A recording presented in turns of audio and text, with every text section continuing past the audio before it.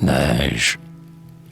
La neige tombe en flocons sur les toits, sur les balcons. C'est à se croire en Norvège.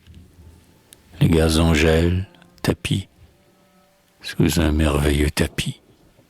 Car il neige, il neige, il neige.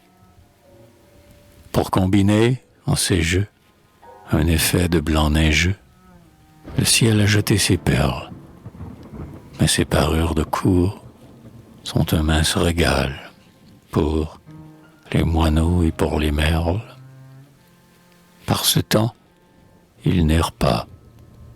Mais enfin, pour quel repas cette nappe est-elle mise?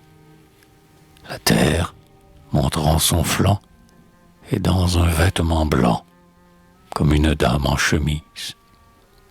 Ah, mesdames, le rimeur se livre à sa belle humeur, et sur les routes divines, aux harmonieux dessins, voit les blancheurs de vos seins et celles de vos poitrines. Sous la neige ensevelie, mais le vent leur front pâlit, que le vent ne peut abattre.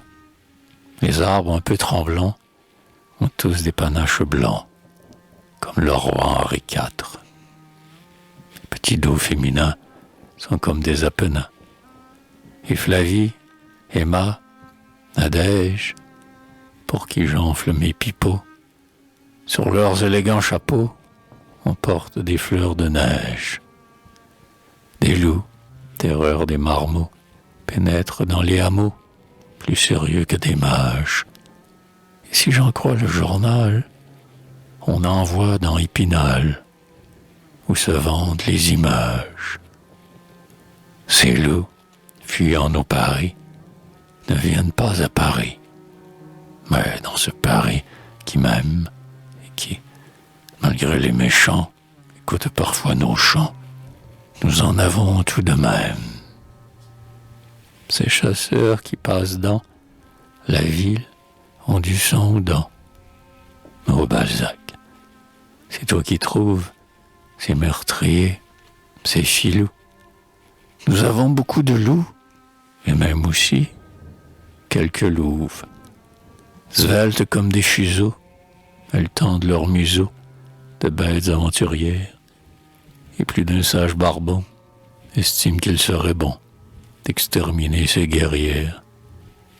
Mais le prudent louvetier veut bien les amnistier si leur candeur les protège. Et ne soyez pas surpris que ces louves de Paris aient la blancheur de la neige.